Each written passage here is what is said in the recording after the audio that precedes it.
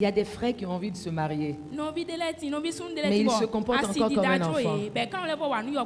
Alors là, je veux choquer un frère. Je veux choquer les frères. Tu as envie de te marier, mais la nuit, quand tu as un rêve bizarre, allô maman, je viens d'avoir un rêve, priez pour moi, et moi je vais te confier ma fille. C'est possible? Tu es encore un enfant. Quand tu as eu un cauchemar la nuit et que tu es un homme, tu fais disparaître la peur de l'enfance.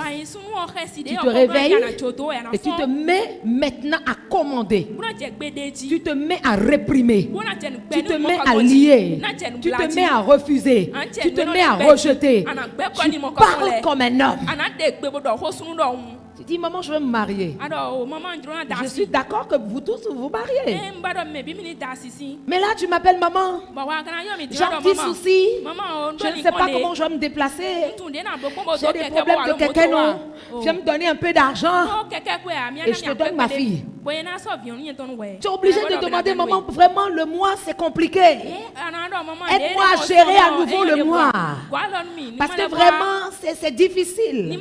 Ça fait 3 jours que j'ai été obligée de jeûner forcément. Et je te donne ma fille qui n'était pas encore grosse. De toute façon, mon enfant est comme ça. Je te donne si je n'arrive pas à gérer le mois. Le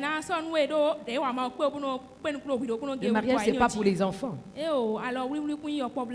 Tu as envie d'assumer des postes de responsabilité au sein de l'église. Tu as envie d'assumer des postes de responsabilité dans le travail.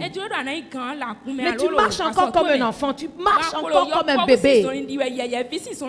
Quand on te pose un petit problème, tu réfléchis comme un bébé. Pour tout et rien, tu pleures comme un bébé. Surtout les garçons pleurent. Tu pleures comme un bébé, des hommes qui sont émotifs. Une fille qui est encore un enfant, on ne peut pas la marier. Un garçon qui est encore un enfant, on ne peut pas le laisser prendre une femme. Moi, je ne peux pas aller dans la maison de quelqu'un, demander la main de son enfant pour un jeune homme, pour un enfant, et de devoir gérer les problèmes demain. Amen. On ne peut pas épouser une jeune fille, un enfant. On ne peut pas donner sa main à quelqu'un et on ne peut pas se préoccuper de son mariage. Mais comment alors tu dois arrêter de parler comme un enfant dans le cadre du mariage? Je me marie quand? Je me marie quand? Je fais comment pour trouver l'homme? Je fais comment? C'est qui? Mon âge avance. Ton âge avance. Mais tu ne sais pas tenir une maison. Ton âge avance. Tu n'es pas capable de payer le loyer de ta maison.